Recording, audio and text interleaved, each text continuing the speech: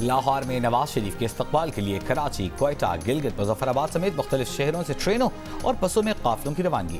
کراچی کے city station پر کارکنوں کا رقص۔ نون لیگی رہنما محمد زبیر، نہال ہاشمی اور دیگر رہنما بھی قافلے میں شامل۔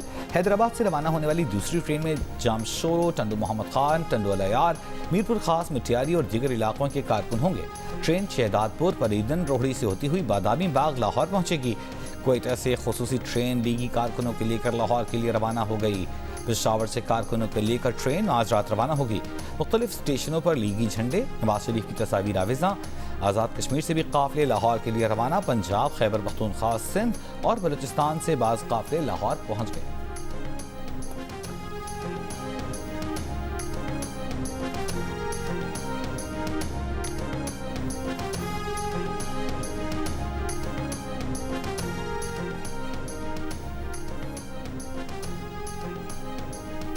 مسلم لیگ نون کے قائد نواز شریف 4 سال بعد کل وطن واپس پہنچیں گے۔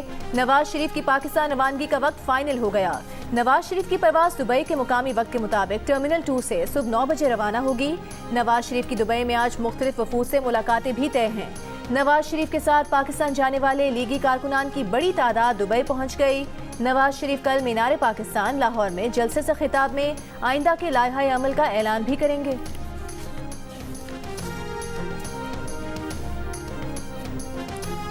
نواز شریف سے شہباز شریف کی فون پر گفتگو۔ سعودی عرب اور دبئی میں اہم ملاقاتوں سے متعلق تبادلہ خیال۔ شہباز شریف نے کہا، پاکستان آپ کے استقبال کے لیے تیار ہے۔ مینار پاکستان پر تاریخ کا سب سے بڑا جلسہ ہوگا۔ نواز شریف کل مینار پاکستان پر جلسے سے خطاب میں آئندہ کے لائحہ عمل کا اعلان کریں گے۔ غزہ کے محصور اور مظلوم فلسطینیوں کو بدستور اسرائیلی جنگی جرائم کا سامنا۔ اسپتال کے بعد غزہ کے قدیم ترین آرتھوڈاکس چرچ پر بھی فضائی حملہ۔ چرچ میں پناہ لینے والے 10 فلسطینی شہید ہو گئے۔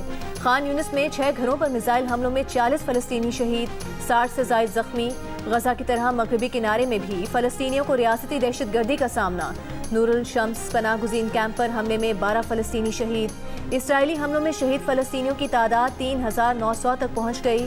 شہداء میں 1500 سے زائد بچے، 1000 خواتین اور 120 بزرگ شامل۔ امریکی صدر اور برطانوی وزیر اعظم کی حمایت ملنے کے بعد کسی بھی وقت غزہ پر اسرائیلی فوج کے زمینی حملے کا بھی امکان۔ حماس کے رہنما اسماعیل ہنیہ کی عرب اور مسلم دنیا سے اپیل، کہا اسرائیل کی جانب مارچ کیا جائے تاکہ مظلوم فلسطینیوں کو صہیونی جارحیت سے بچایا جائے۔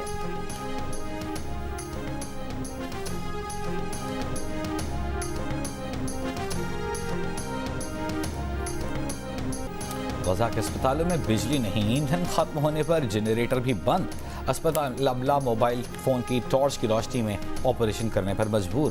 خان یونس کے اسپتال کے ڈاکٹر نے اپنی بے بسی کا اظہار کرتے ہوئے کہا، اسپتال میں کوئی ICU بیڈ موجود نہیں، مزید جانیں نہیں بچائی جا سکتی، جس کا مطلب ہے کہ مزید بچوں، خواتین کو بغیر کسی طبی امداد کے موت کا سامنا کرنا پڑے گا۔ اسرائیلی بمباری سے والدین سے محروم ہونے والی بچی غزہ کے اسپتال میں ماں کو پکارتی رہی۔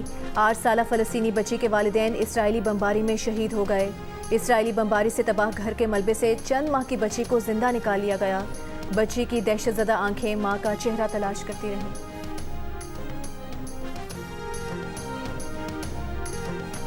غزہ میں محصور فلسطینی امداد کے منتظر۔ مصر سے غزہ کی رفح کراسنگ آج بھی نہ کھل سکی۔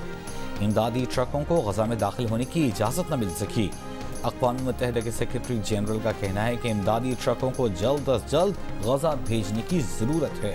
غزہ کے لیے امداد کی پہلی ترسیل کل یا اس کے بعد ممکن ہو سکے گی۔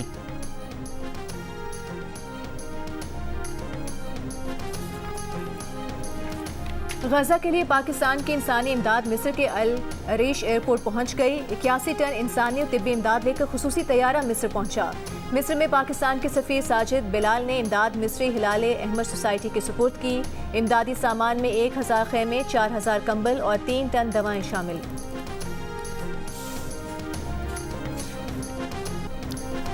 ملک کے مختلف شہروں میں مظلوم فلسطینیوں سے اظہار یکجہتی۔ راولپنڈی میں فلسطین یکجہتی ریلی میں معاون خصوصی برائے انسانی حقوق مشال ملک کی شرکت۔ شرکاء کے اسرائیل مخالف نعرے۔ حیدرآباد میں وکلاء کی ہائی کورٹ بار سے پریس کلب تک ریلی۔ مظفر گڑھ میں بھی احتجاج۔ حافظ آباد میں طلباء کا مظاہرہ۔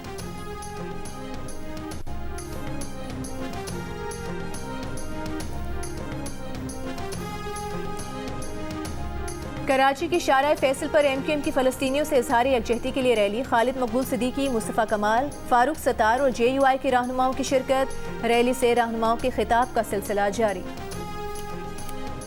چین کے دورے میں نگراں وزیر اعظم انور الحق کاکڑ نے اورومچی کی تاریخی ینگ ہینگ گرینڈ بازار مسجد میں نماز جمعہ ادا کی، ملک و قوم امت مسلمہ کی ترقی و خوشحالی اور غزہ کے مظلوم عوام کے لیے دعا کی۔ چین کی سنکیانگ یونیورسٹی کے دورے میں طلباء سے خطاب، کہا سنکیانگ صرف تجارتی اور مواصلاتی راہداری نہیں بلکہ دو عظیم قوموں کو جوڑنے کی وجہ بھی ہے۔ ہمسایہ ہونے کے ساتھ ساتھ مشترکہ ثقافت کی وجہ سے سنکیانگ پاکستان کے دلوں میں خصوصی اہمیت رکھتا ہے۔ نگراں وزیر اعظم کی معروف تاجروں سے ملاقاتیں، وزیر اعظم دورہ چین مکمل کر کے وطن واپس روانہ۔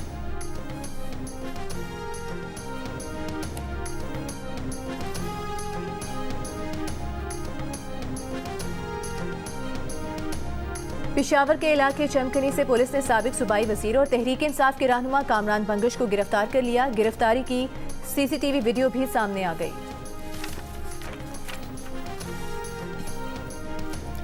سپریم کورٹ نے عام انتخابات 90 روز میں کرانے کی درخواستیں سماعت کے لیے مقرر کر دیں۔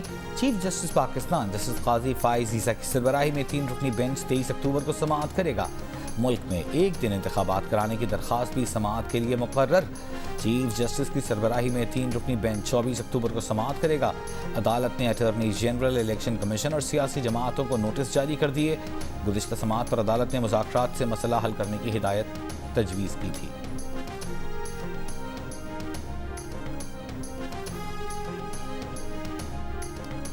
چیف جسٹس قاضی فائز عیسیٰ، جسٹس سردار طارق، جسٹس اعجاز الاحسن پر مشتمل کمیٹی کا اجلاس۔ ججز کمیٹی کا رجسٹرار سپریم کورٹ کو آرٹیکل 184(3) کے مقدمات کی فہرست دینے اور آئینی تشریح کے مقدمات کی فہرست بھی پیش کرنے کا حکم۔ ذرائع کے مطابق آئینی مقدمات پر سماعت کے لیے 5 رکنی لارجر بینچ تشکیل دیے جائیں گے۔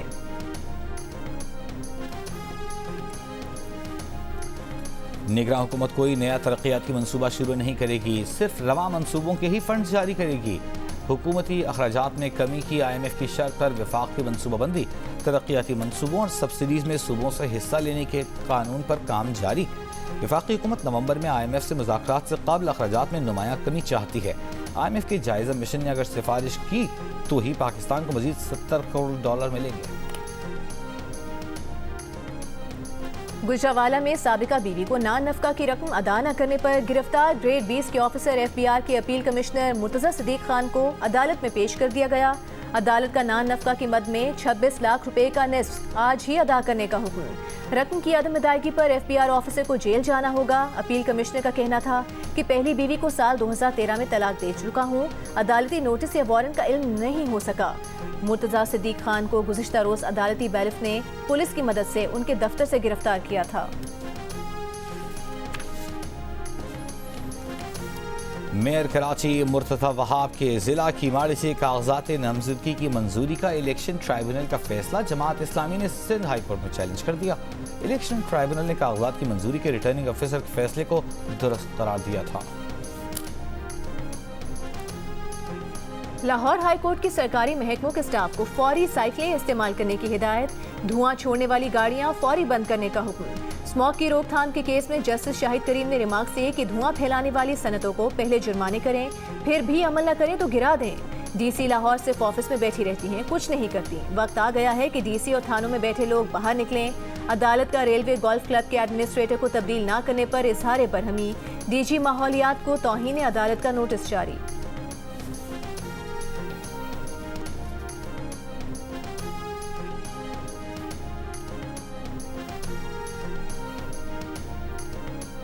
اسلام آباد کے تھانہ سیکریٹریٹ میں PTI کے وکیل شیر افضل مروت پر مقدمہ درج، جان سے مارنے، راستہ روکنے کی دفعات شامل۔ FIR کے مطابق شیر افضل مروت نے گزشتہ روز پولیس کانسٹیبل پر تشدد کیا تھا۔ کیس میں شیر افضل مروت نے حفاظتی ضمانت حاصل کر لی۔